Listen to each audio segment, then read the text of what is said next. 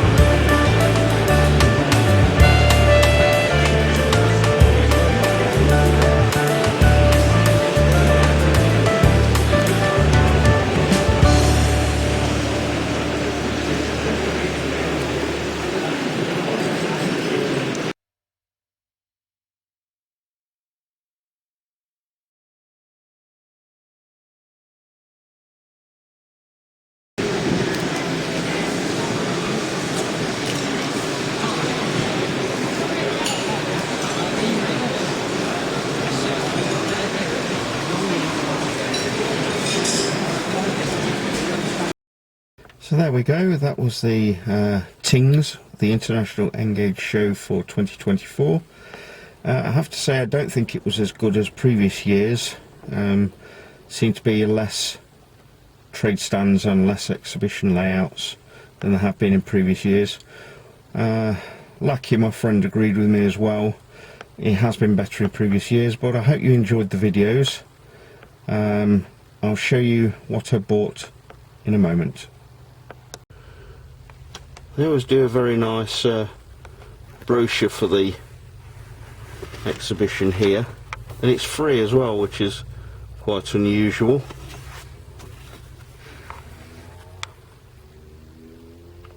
Let's have a look what I bought. So the first thing we have was actually given to me by Lucky for my new Setenta layout.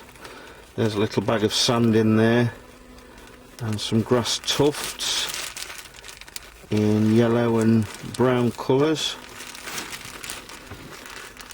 Some yellow powder there. So they're becoming useful. And then at the show I bought some, I think you call it talus in America. Looks like cat litter ground down. So I'll be using that along the shoreline again on the Setenta layout. There's a little packet of people.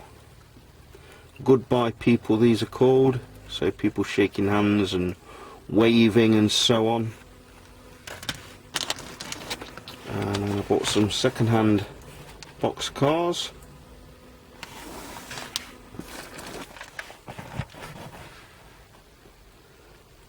I've got the BNSF hopper wagon with the old Herald, and here we've got the swoosh, and a very cheap pizza cutter wheeled caboose, Santa Fe caboose for Setenta. I'll be changing the wheels, the trucks on those, and making it look generally better. So that's it for another year. I'm not sorry I came, it was still a good show, and I look forward to the next one next September.